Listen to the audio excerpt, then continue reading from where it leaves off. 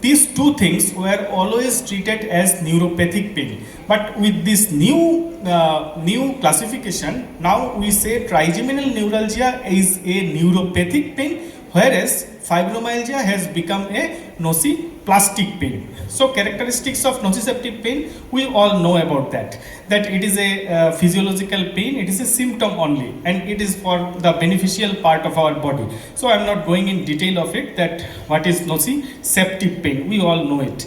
Then comes when we talk about the neuropathic pain and nociplastic pain, so what is the difference? So by definition, neuropathic pain is pain caused by lesion or disease of the somatosensory nervous system. So what is the difference here? When the nociplastic pain has come, main thing is that whether the lesion is there or not in the nerve, we just cannot imagine, or we just cannot take it for granted that okay, it looks like that there is some neuropathic, there is some lesion.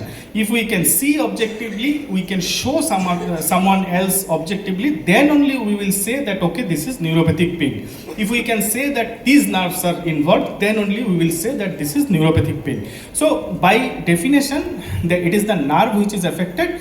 And then nociplastic pain, where actually it is an exclusion diagnosis, where doesn't fit the diagnosis of nociplastic or nociceptive, or doesn't fit the diagnosis of neuropathic. That is a nociplastic pain. Now, if we compare these two things in terms of pathophysiology, then if there is damage of peripheral, neuropathic means where the nerve is damaged. But in this one, the nociplastic, the central sensitization or altered pain modulation, this thing is the main pathophysiology. And dysfunction is actually in the descending inhibitory pathways or cortical processing or pain amplification. Now, by distribution, so this is also important when we talk about these two types of pain, and a patient who has come to us where we can suspect that probably this patient have either neuropathic or nociplastic pain, then for diagnosis purpose. So in distribution, if the distribution is following a dermatomal pattern, or it is following a peripheral nerve distribution, then we will say that, then we can target one nerve and we will say that this is a neuropathic pain. But what is nociplastic pain? So it is a regional, diffuse and widespread pain. So as I just told that trigeminal neuralgia and fibromyalgia, think about that. Earlier we always said that this is neuropathic pain, but now we know trigeminal neuralgia is neuropathic pain, whereas fibromyalgia is a nociplastic pain. It is not following a dermatomal distribution. Okay. Next come pain quality. So burning, shooting, electric shock like stabbing, tingling, pains in needles, all these things are part of neuropathic pain. But nociplastic pain may not be always of this type. Many times it is a combination of types of pain, and it is not of a nociceptive pain quality, but it can be soreness, stiffness, heaviness, poorly localized discomfort. So these are also coming in the nociplastic pain. So while understanding this part, always keep this example in mind. Then we are talking about fibromyalgia, when we are talking about nociplastic, then we will remember this thing. Then comes sensory examination, neuropathic versus nociplastic. So here also I told you that how do we diagnose? We always diagnose by some symptom. We ask the patient that what is the type of your pain and what do you want to demonstrate ourselves when we see sign symptom. What do we want to see? We want to see allodynia and hyperalgesia. So in neuropathic pain, allodynia, hyperalgesia is common, and negative sensory signs, hypoesthesia, anesthesia, loss of vibration or temperature, these are commonly seen as a specific nerve is involved. But in nociplastic pain, since there is no specific nerve is involved, then these negative sensory signs you won't get. Mainly it is about hypersensitivity without a dermatomal sensory loss. Generalized hyperalgesia may be there, allodynia also may be there, but these negative signs, anesthesia, loss of vibration, temperature, this will not be there. Now comes investigation. So here, as I was saying that neuropathic pain and nociplastic pain, It is not an assumption anymore. We have to show it clearly. So in neuropathic pain, if you do MRI, if you can see that there is a stroke, or say there is a multiple sclerosis or tumor, or say even disc herniation pressing the nerve, then you know that which nerve is getting pressed, then you say that yes, this is a neuropathic pain. If you can show abnormality by nerve conduction study, then you say it is a neuropathic pain. But in nociplastic pain, nothing is actually evident.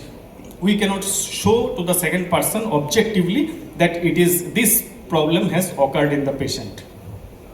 So treatment wise, remember we all know tricyclic antidepressant or say anti-epileptics. These are the drugs we are using traditionally for neuropathic pain treatment.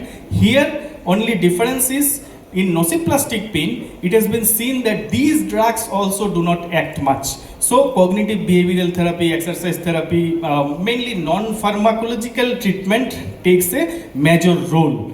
So, and one more important thing, opioid you should not write. Strong opioids are not recommended.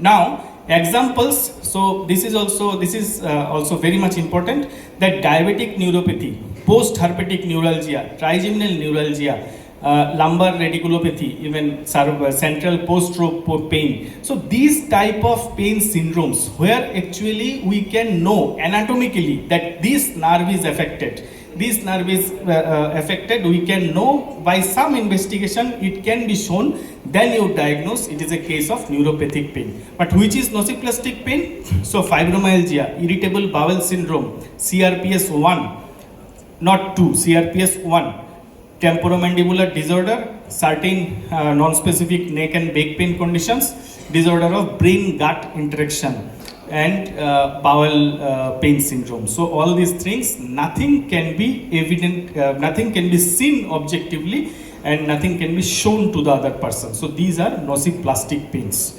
So clinical criteria, that criteria actually you will see that this is most common till now what we have seen for neuropathic pain. Pain duration more than 3 months. Pain distribution is regional, multifocal or widespread rather than discrete. So it is like of a fibromyalgia.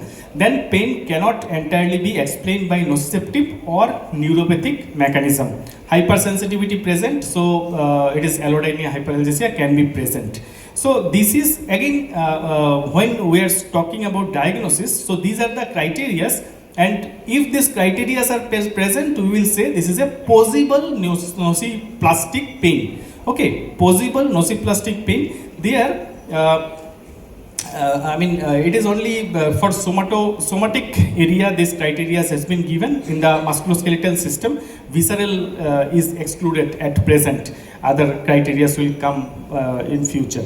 So when diagnosing, we will write that possible nociplastic pain. And if these are included, these are associated with some other disorders like temporomandibular disorder, irritable bowel syndrome, or painful bladder syndrome. If that is also present in the same patient, then we will say it is a probable nociplastic pain. So there is a simple small difference between possible and probable. And as I told you, always while reading this nociceptive, nociplastic pain, always remember fibromyalgia in your background of your mind. So you will understand that type of pain is all neuropathic type of pain, and associated symptoms are mostly seen in a fibromyalgia patient. There are some controversy of this concept. One thing is questionable pathophysiology.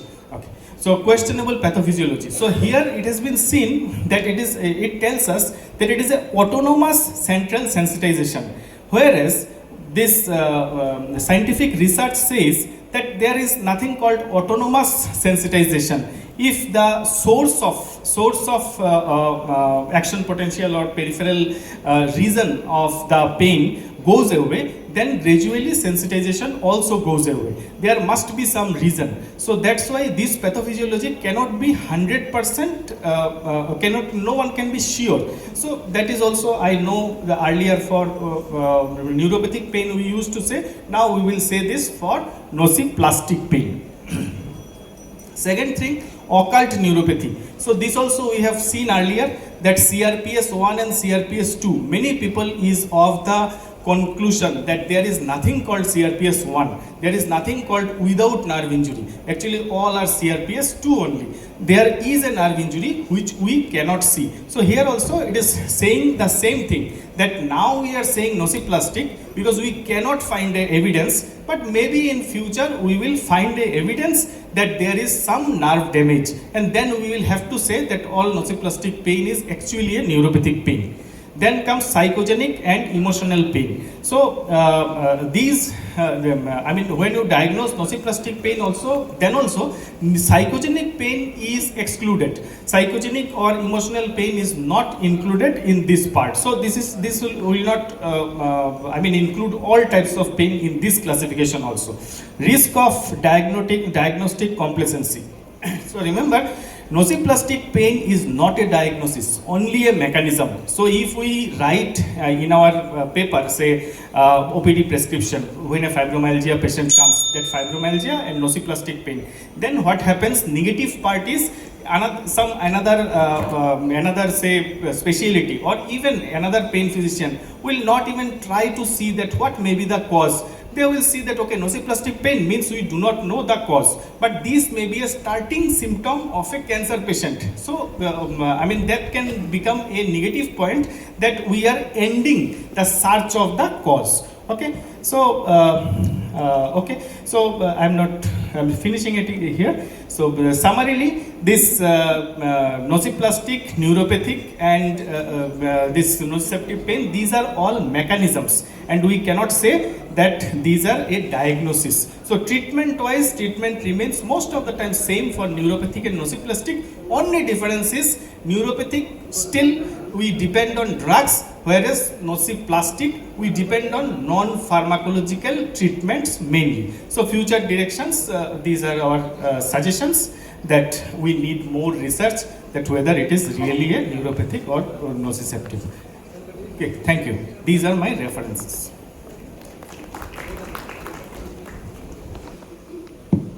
Thank you, sir.